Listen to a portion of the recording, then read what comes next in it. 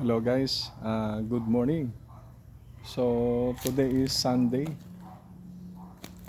November 2, 2025. So guys, at ito, katatapos ko lang mag-jogging sa ngayon at medyo nagbigay lang ko ng short vlog para bigyan ko kayo ng update, no. Yesterday ay pumunta kami sa puntod ng mother ko. At ayun guys, at nagkita-kita rin kami ng mga kamag-anakan ko, pinsanes ko, na kung saan sila rin ay pumunta ron at nagdala ng kani-kanilang mga kakanin, no? Na kung saan pwedeng pagsaluhan. So nagkaroon ng konting pag-uusap tungkol sa mga buhay, mga updates kasi guys, ito kasi annually ginagawa natin, no? Mga bilang isang Roman Catholic na ipinagdiriwang yung annual na tinatawag natin na Piyesta ng Patay. Kung saan ginugunita natin yung mga mahal natin sa buhay. So, andirito yung tinatawag na pagbibigay respeto sa ating mga um, nawalang mga mahal sa buhay. So sa pagdalo ng puntod, doon mismo ipinapakita natin yung pagpapahalaga, pagmamahal at paggugunita sa kanila. So guys, yesterday naman, kagabi, uh, very peaceful naman yung area kasi may mga naka-assign na policemen na nakapalibot sa area at protected naman yung area. Wala namang mga gulo o yung mga inuman na nangyari. Kumbaga, organized kasi yung area kaya masarap gumalaw. So, ibig sabihin, panatag ang loob mo, wala kang iniisip na anumang mga kaguluhan. So, yun guys, napansin ko lang kagabi habang naandun kami, talagang sadyang may mga ilan tayo mga mamamayan o mga kaibigan na kasalukuyan na sadyang naninirahan na sa sementeryo, no? Doon na sila nabubuhay, doon na nila pinalalaki yung mga anak nila, no? Kaya kung mapapansin nyo guys, may mga iilan tayo na mga kababayan na humaharap sa hamon ng buhay. Ibig sabihin, lumalaban sila, no? Para lang mabuhay. Kahit doon lang sila sa nicho nakatira, nilalagyan lang nila ng barong-barong. Minsan may mga bahay-bahay pa nga doon kung saan nakakaraos sila sa pang-araw-araw. Ito yung guys, yung sinasabi natin lumalaban ng parehas. Kasi lagi nyo lang tandaan guys, kapag tayo ay nagtatrabaho o nagpapagod, no? O nagbabanat ng buto at ito ay naayon sa tinatawag na tamang pamamaraan, no? Ibig sabihin tamang pamamaraan parehas. Hindi ka nangangapak ng tao, hindi ka nang lalamang sa kapwa mo. Kumbaga, gumagawa ka ng parehas para ipakain sa pamilya mo. So, ganun guys, napakasarap nun. At binubuhay natin yung pamilya natin sa tamang gawain. Kasi, sabi nga natin guys, yung mga iilan natin, mga kababayan na nagkakaroon sila guys ng instant money, yung biglaang pera, na kung saan hindi naman nila pinagpaguran, ito ay magiging instant din na mawawala sa kanila. So yun lang yun guys. Kaya nga, sabi nga natin okay lang magbanat tayo ng buto, nagpapakapagod tayo, konti ang kinikita, pero masarap naman sa feelings na ipinapakain mo sa pamilya mo ay talagang nanggagaling doon sa pinagpaguran mo. Kumbaga proud ka. Wala kang inaapakan, wala kang sinasagasaang tao. So ayun lang yun guys, kasimple. Kaya nga, sabi ko nga sa inyo, kagabi, so nakita ko, hindi naman lahat guys, hindi naman lahat ng nakatira sa sementeryo ay maayos. Normal yon, may mga lalabas din dyan ng mga iba talaga gumagawa na lumilihis sa tamang direction, gumagawa para may buhay nila sa pamilya nila kahit sa maling pamamaraan. So yun yun. Hindi ko naman sinasabi lahat sila ay parehas. May mga iba na okay, may mga iba ay hindi. Kasi gano'n naman ang kalakaran guys. Hindi naman natin masasabi na lahat ng tao ay parehas kung gumalaw. May mga ilan na sadyang gusto nila na makakuha ng dagliang pera, no? Na hindi naman pinagpapaguran. So yun yun.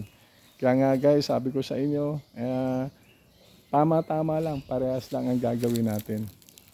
So guys, anyway, gusto ko lang magbigay rin ng konting tips sa health tips natin, no? Ito guys, kung mapapansin nyo, every weekend, andyan na binibigyan ko ng time yung sarili ko, mag-walking, mag-jogging, para, alam nyo guys, hindi na tayo bumabata. Dumarating na yung time na medyo nadidiskaril na yung internal body natin, na kung saan kailangan natin supplyan ng tamang ehersisyo. Ito yung guys. Kaya guys, ini-encourage ko kayo, no? Kasi lagi nyo lang tandaan, ang karamdaman, walang pinipiling edad. Matanda man o bata, kapag ikaw ay ginapos ng karamdaman, ayun na yun.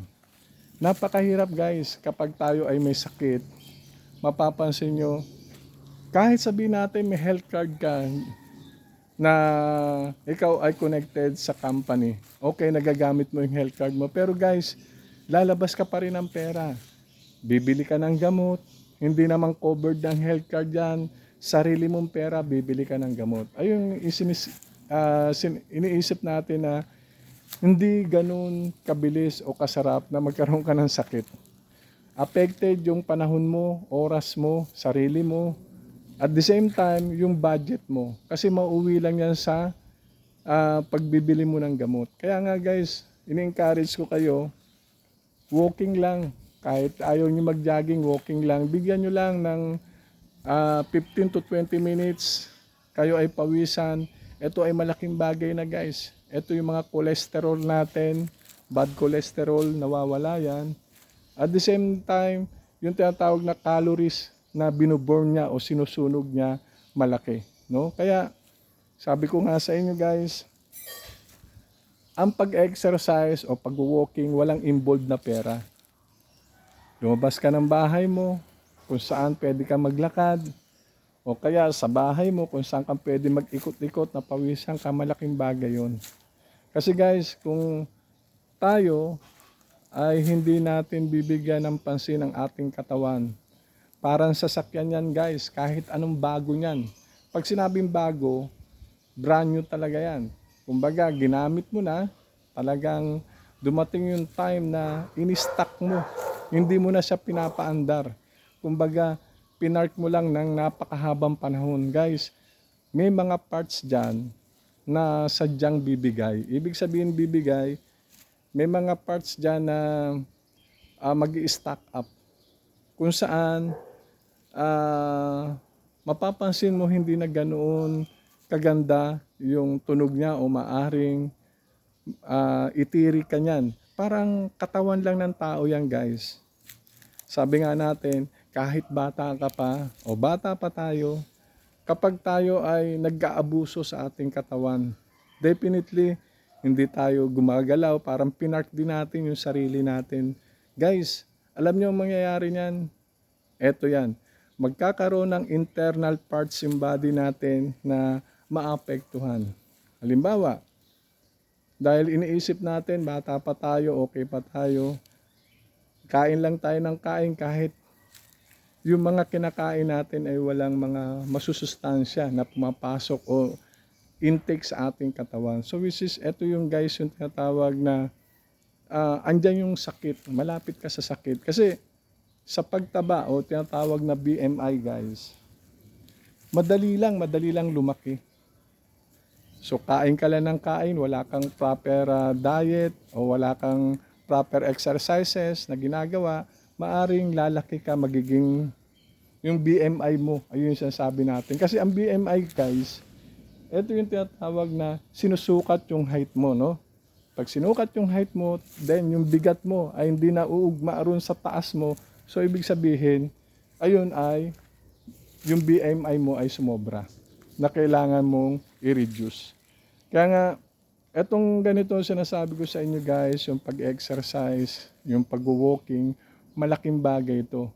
Andyan na ay natitrim down yung katawan mo, pinapawisan ka, yung sinasabi ko kaninang calories na nawawala, naboburn niya, yung bad cholesterol nawawala. Kasi guys, kapag ito ay hindi natin isinakatuparan sa buhay at hindi natin binigyan ng pansin, ayun guys, makikita nyo, pumunta kayo sa hospital guys, maraming pasyente, pabalik-balik, walang pinipiling edad. Mapabata, mapamatanda, nakikita nyo nakapila sa appointment doon sa doktor. So ibig sabihin, may mga bagay na iba na tinatawag na nakukuha sa hereditary o mana-mana. O may mga tinatawag na inborn. Pero may mga ilan guys, ayan yung mga nagpabaya sa katawan. So ibig sabihin, nagpabaya tayo sa katawan, hindi natin binigyan ng pansin yung sarili natin, iniisip natin bata pa tayo at wala pa yan, pero dumating sa punto na sinisingil na tayo ng ating katawan dahil hindi natin siya itinama o binigay sa kanya yung tamang pamamaraan. Kasi guys, parang sasakyan lang yan yung sinabi ko kanina, kahit anong bago niyan. Kapag ayan ay in-stock mo at hindi mo pinaandar ng mahabang panahon, guys, hindi na katulad ng dati ang takbo niyan. Maaring may mga bibigay na parts dyan mag-stock up. Ganon din yung katawan ng tao. Kumbaga dati, panay gala natin, panay lakad natin dahil bata pa tayo. Dumating sa punto na naging kuleyo ka na at medyo umidad ka na, 20 pataas ka na. Ang ginawa mo parang nagpabaya ka, lagi na lang ang kinakain mo puro fast food, no?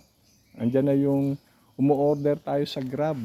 Umu-order tayo sa Grab na instant talaga na madali nang pag-order mo, kakainin mo na lang. So yung guys, pag malimit na ganun, definitely may mga naidudulot na hindi maganda sa ating katawan.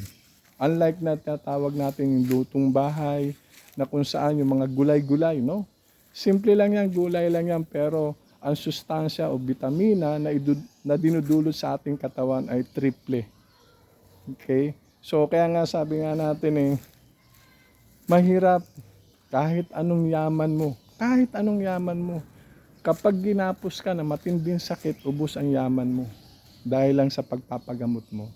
So yun lang yun. Kaya guys, ini-encourage ko kayo, may time pa, gumawa tayo ng tama, exercise tayo. Hindi naman sinasabi na kayo ay pumunta sa gym, hindi yon.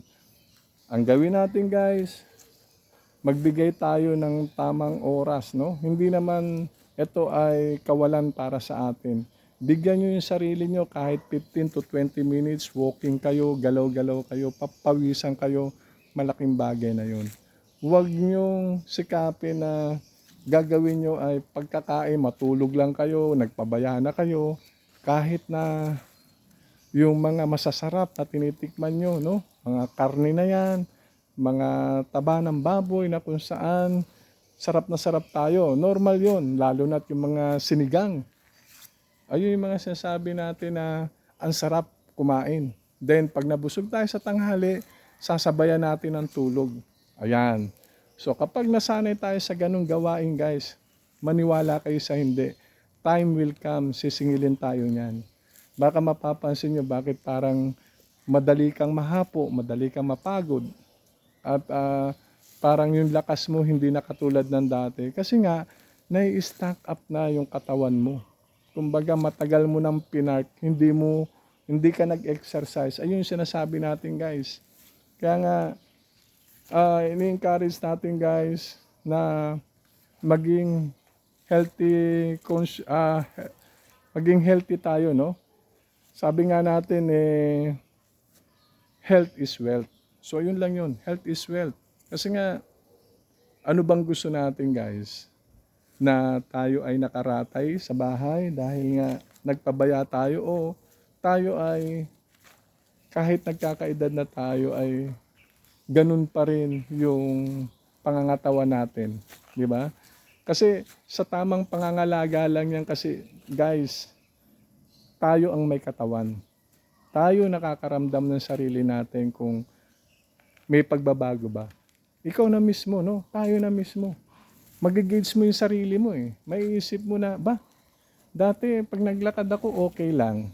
Ngayon, konting lakad ko parang hinihingal ako. Ayan. So yun yung mga senyales o symptoms na baka ikaw ay tumataba na o nakukulangan ka na sa mga cardio o mga walking na tinatawag. So ayun yun. Sana guys, wag nating walain to kasi ito ay napaka-importante. Napaka-importante nito guys sa ating katawan. Kaya nga, sabi nga natin di bali ng mahirap, no? Di bali na. Yung kumakain ka lang sa tama sa 3 beses sa loob ng isang araw, huwag ka lang magkasakit. Kasi pag nagkasakit ka guys, nakaratay ka lang dyan, gusto mo lumabas, hindi ka makalabas kung hindi. Hingi ka pa ng assistance sa mga kasamahan mo sa bahay na ikaw ay ilabas. Di ba? Unlike na kumakain ka ng 3 beses sa loob ng isang araw, hindi naman masabi natin marangya ang buhay mo, pero yung tinatawag na health mo ay maayos. Kumbaga maayos yung health mo at wala kang pinupurwisyo. Kasi pag nagkasakit tayo guys, hindi lang naman sarili natin na pupurwisyo, kung hindi yung mga kasama natin sa bahay. Mga magulang natin, mga anak, na kung saan meron silang mga kani-kanilang trabaho na siyempre i-assist ka, dadaling ka sa ospital, check up ka nila kung kumain ka na ba, ano ba yung dapat kainin para sa'yo, yung mga ganun. Kasi maraming affected yan. Hindi lang sarili mo ha, ayun ang masabi ko guys, hindi lang sarili mo. Kaya nga, yung pag-encourage ko sa inyo guys, simple lang to, napakasimple.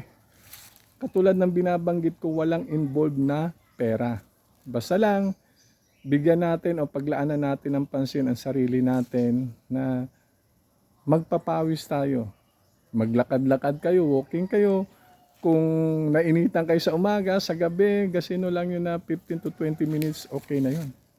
Napakalaking bagay na yun. Kasi guys, pag na-maintain mo yan, mapapansin mo, magaang sa katawan. At the same time, masarap ang tulog mo. No? Ayun nga lang guys, normal yun na sinasabi natin kapag dinapuan ka ng katamaran, ayan yung mga sinasabi nila na bukas na lang, pagod ako, sa makalawa na lang. Hanggang dumating yung punto na hindi ka na talaga makakapag-walking. Kasi nga, nakaugalian mo na yun eh. Pag tinamad ka na, sabi mo bukas na lang. May time pa naman bukas. Then kinabukasan, may mga urgent kang ginawa. So hindi mo na naisingit yung sinasabi natin na pag-walking mo. Kaya ayun guys, ito naman hindi sa pilitan. Ito yung mga bagay na kung saan nagbibigay lang tayo ng health tips sa inyo.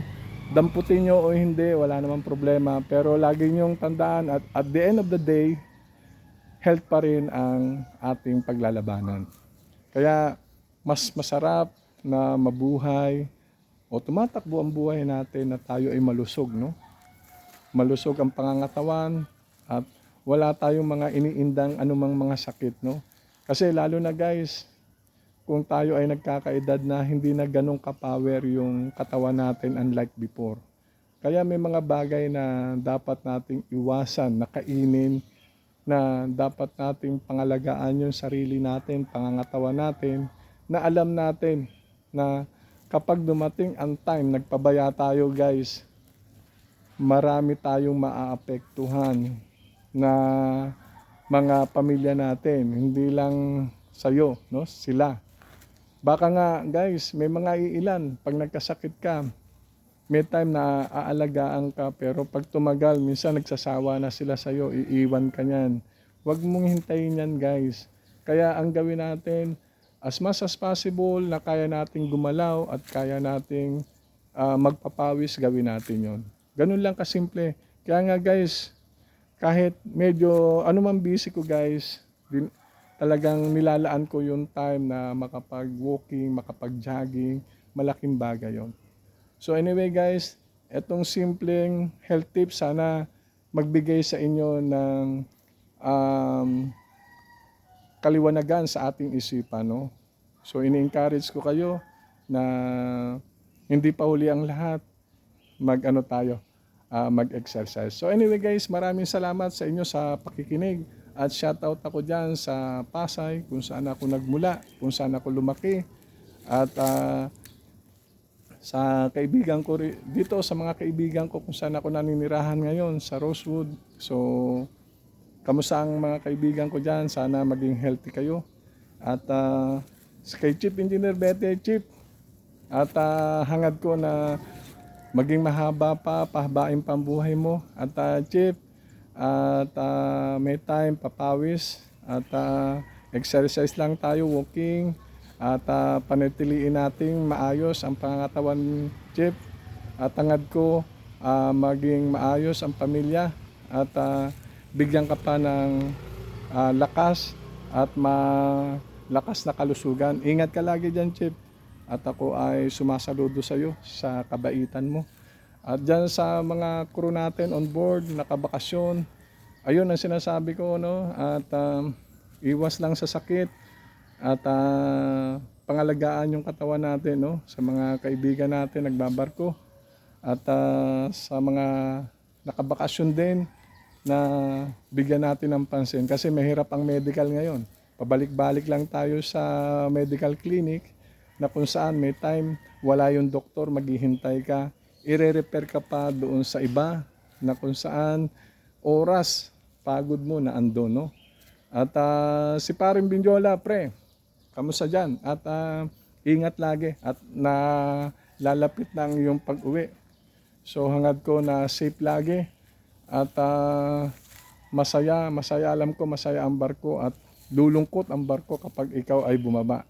So hopefully yung papalit sa iyo ma-continuous niya kung ano yung matiwasay na pagsasama o yung management mo diyan sa barko. So umaasa ako na masusundan niya, no? At ingat lang pre at naniniwala ako na marami ka pa talaga matutulungan, huwag ka magbago at ikaw talaga ang iniudulo ng mga karamihan dahil sa maayos na pag-manage sa barko. So ingat lang pre ha at kamusta na lang dyan sa lahat and see you on my next vlog. Bye.